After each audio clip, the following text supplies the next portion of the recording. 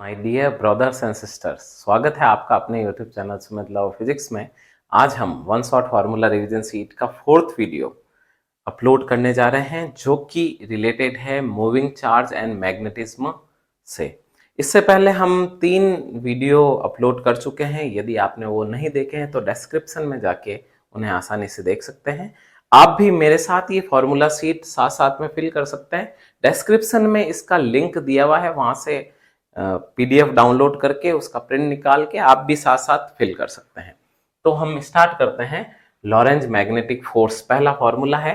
तो अगर कोई चार्ज Q v वेलोसिटी से मैग्नेटिक फील्ड B में एंटर करता है तो उसके ऊपर एक फोर्स अप्लाई होता है जिसको अपन बोलते हैं लॉरेंज मैग्नेटिक फील्ड। तो Fm is equal to Q v cross B, जहां पे V चार्ज की वेलोसिटी है, Q चार्ज है और B यूनिफॉर्म मैग्नेटिक फील्ड है। अगर कोई चार्ज इलेक्ट्रिक फील्ड और मैग्नेटिक फील्ड दोनों में एंटर करे तो उसके ऊपर जो फोर्स लगेगा उसको बोलते हैं लॉरेंज फोर्स। तो उसका फॉर्मूला आ जाएगा F is equal to Q E plus V cross B.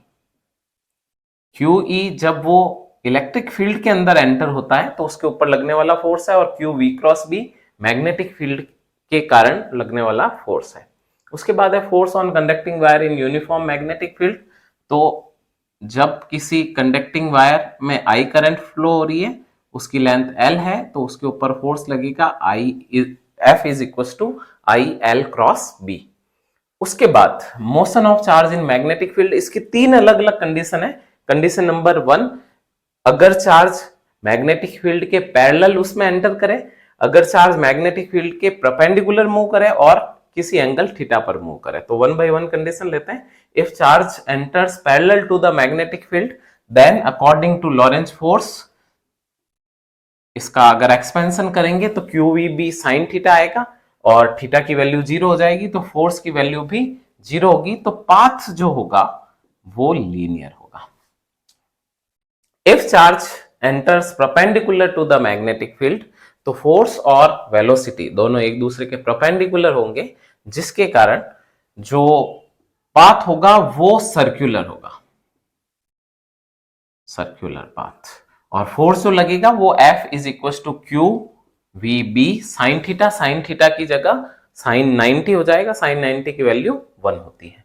उसके बाद जब पाथ सर्कुलर होगा तो उसकी रेडियस अपन कैलकुलेट करेंगे। तो रेडियस के लिए centripetal force Lorentz force provide करेगा। तो R is equal to M V square upon R is equal to Q V भी कर सकते हैं। तो फॉर्मूला आ जाएगा M V upon Q B, जहां पे m मास ऑफ चार्ज है, v वेलोसिटी है, q चार्ज है और b मैग्नेटिक फील्ड इंटेंसिटी है। नेक्स्ट फॉर्मूला है वेलोसिटी का। तो यहां से v का फॉर्मूला निकाल देंगे, v is equal to Q B R upon M. Next है टाइम पीरियड। टाइम पीरियड का मतलब होता है total distance travelled in a path upon its velocity.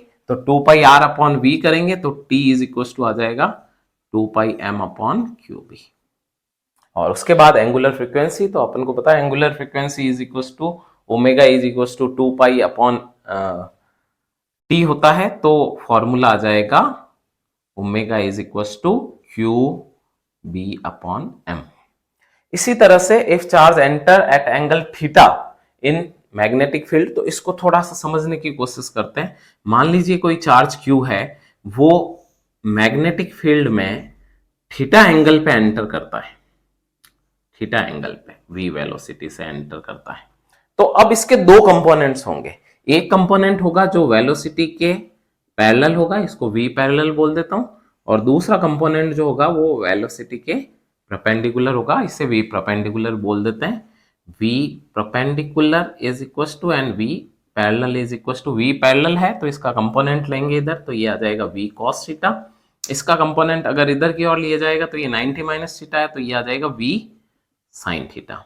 अब समझिएगा थोड़ा, ये जो पैरेलल कंपोनेंट है मैग्नेटिक फील्ड के, इसके कारण जो मोशन होगा वो होगा लीनियर मोशन, और परपेंडिकुलर कंपोनेंट है उसके कारण जो मोशन होगा वो होगा सर्कुलर मोशन। तो दोनों का मिक्स इफेक्ट आएगा, चार्ज सर्कुलर मोशन भी करेगा और लीनियर मोशन भी करेगा, तो दोनों का मिक्स इफेक्ट लगेगा। तो ये जो पाथ है वो होगा हेलिकल। हेलिकल या हेलेक्सियल भी बोल सकते हैं।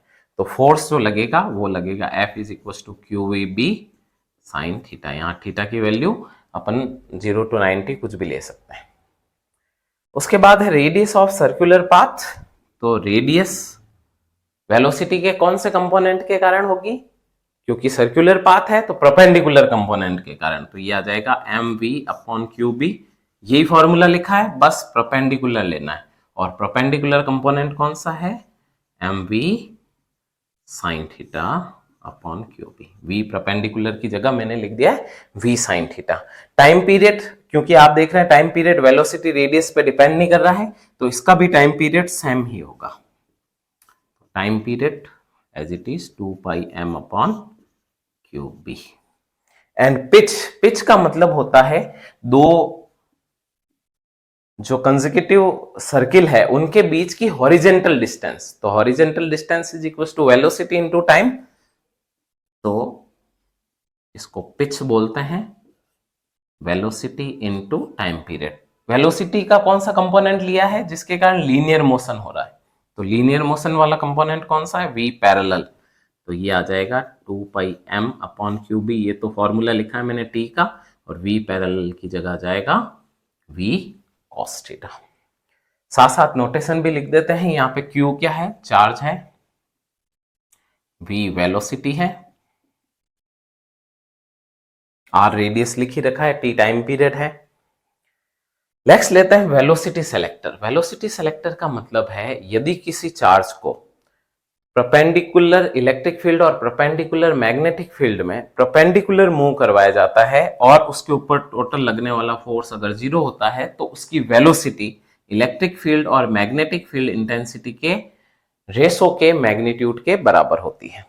उसके बाद है Biot and Savart law. Biot Savart law बताता है कि मान लीजिए कोई करंट कैरिंग वायर है, उसके लेंथ एलिमेंट के कारण, ये लेंथ एलिमेंट ले लिया dl, इसके कारण r डिस्टेंस और थीटा एंगल पर कोई पॉइंट है P, उस पर मैग्नेटिक फील्ड इंटेंसिटी जो होगी वो करंट पर, लेंथ एलिमेंट की लेंथ पर, थीटा पर और इनवर्स स्क्वायर लॉ को फॉलो करेगी। इन सभी पर डिपेंड करेगी, इन सब के प्रोपोर्शनल होगी। जब प्रोपोर्शनल हटाएंगे इक्वल टू लाएंगे तो एक कांस्टेंट आएगा, कांस्टेंट के रूप में आ जाता है म्यू नॉट अपॉन 4 पाई। यहाँ पे म्यू नॉट जो है वो परमिएबिलिटी है of vacuum. Mu naught permeability of vacuum है, आई फ्लो होने वाली करंट है, dl लेंथ एलिमेंट है और r डिस्टेंस है उस पॉइंट की जहां पे मैग्नेटिक फील्ड इंटेंसिटी निकाली जा रही है। हम कोशिश कर रहे हैं कि सारे वीडियो के जल्द से जल्द वीडियो आपको प्रोवाइड कराएं। आप भी यदि हमारा ये प्रयास आपको अच्छा लग रहा है तो वीडियो को लाइक करते रहिए, शेयर करते रहिए, सब्सक्राइब करते रहिए, करवाते रहिए। नेक्स्ट फॉर्मूला लेते हैं magnetic field on the axis of current carrying loop. तो ये बायो सावार्ट लॉ की एप्लीकेशन ही है। तो मैग्नेटिक फील्ड इंटेंसिटी का फॉर्मूला है म्यू नॉट आई capital R square upon 2r square plus x square की पावर 3/2, जहां पे x जो है वो उस पॉइंट से डिस्टेंस है जहां पे मैग्नेटिक फील्ड इंटेंसिटी निकालनी है। सर्कल यानी सर्कुलर लूप है, उसके सेंटर से उस पॉइंट की डिस्टेंस है। उसके बाद magnetic field at the centre of current carrying loop, यानी x को 0 कर दीजिए तो वो पॉइंट सेंटर पे आ जाएगा। जैसे ही x को 0 करेंगे r³ आ जाएगा नीचे, ऊपर r स्क्वायर से एक r³ कैंसिल होगा तो नीचे बचेगा mu naught I upon 2r।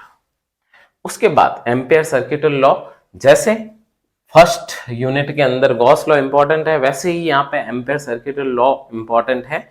वो बताता है किसी भी क्लोज पाथ पर मैग्नेटिक फील्ड इंटेंसिटी का लाइन इंटीग्रेशन उस क्लोज पाथ से पास थ्रू होने वाली करंट का एल्जेब्रिक सम का म्यू नॉट टाइम्स होता है। यहां पे सिग्मा आई ध्यान रखिएगा, क्लोज पाथ से पास थ्रू होने वाली, गुजरने वाली करंट का सम है। उसके बाद ये इसकी एप्लीकेशन है, फर्स्ट, सेकंड और थर्ड, 3 एप्लीकेशन है। तो देखते हैं magnetic field due to infinite long current carrying wire.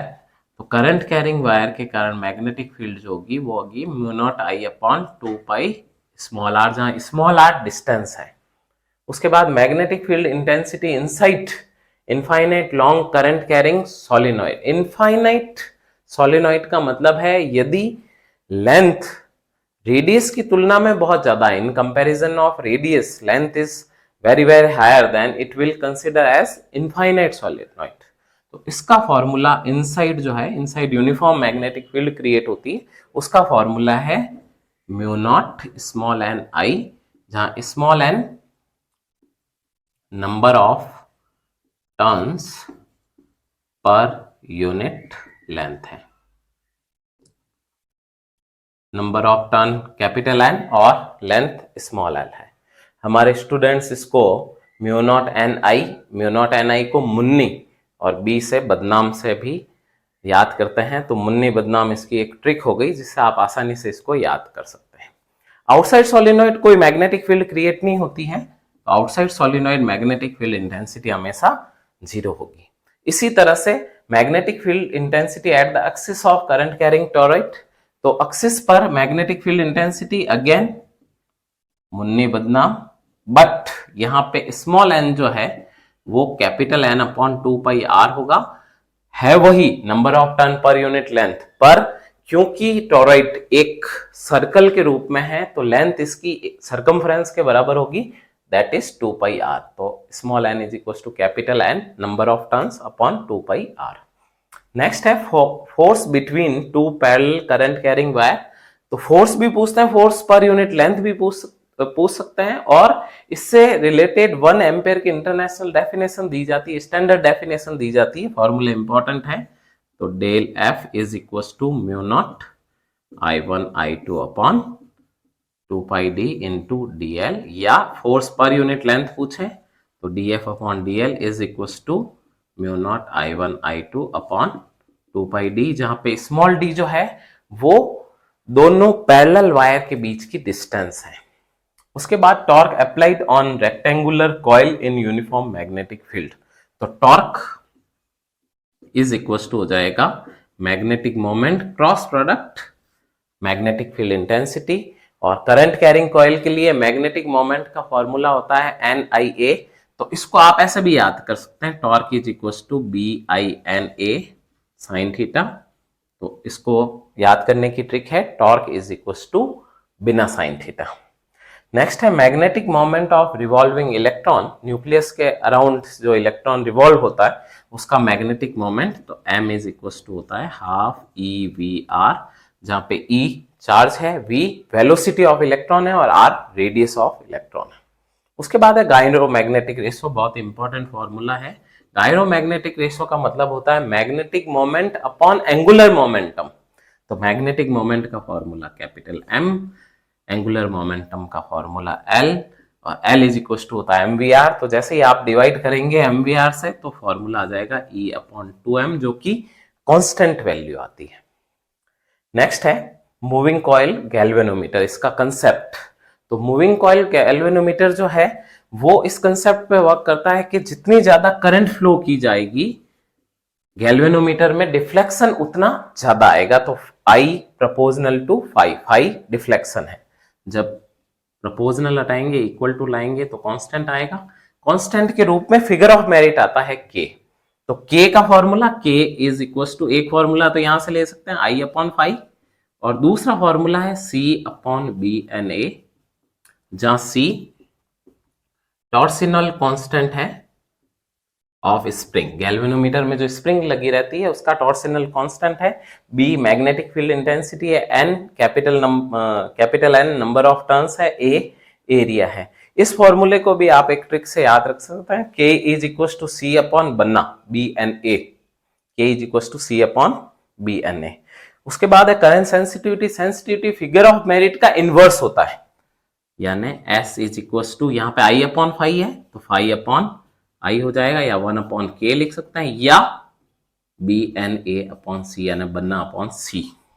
उसके बाद वोल्टेज सेंसिटिविटी लगभग सिमिलर है, यहाँ वोल्टेज सेंसिटिविटी में फाई अपॉन पोटेंशियल यानी V से डिवाइड कर देंगे, तो phi upon V is equal to BNA upon C R, resistance आ जाएगा। आर कॉइल का रेजिस्टेंस है, वही सी टॉर्सनल कांस्टेंट है। इस तरह से हमने आज का वीडियो कंप्लीट किया है। अगर आपको हमारा ये प्रयास अच्छा लग रहा है तो अप्रिसिएट करने के लिए लाइक कीजिए, शेयर कीजिए, सब्सक्राइब कीजिए, दोस्तों को भेजिए। यदि पिछले वीडियो नहीं देखे हैं तो डिस्क्रिप्शन में लिंक दे रखे हैं, वहां से आराम से आप वीडियो देख सकते हैं। और इसके साथ साथ पीडीएफ भी हमने अटैच किया है, तो आप पीडीएफ डाउनलोड कर सकते हैं। टेस्ट पेपर है तो टेस्ट पेपर से टेस्ट ले सकते हैं। Thank you.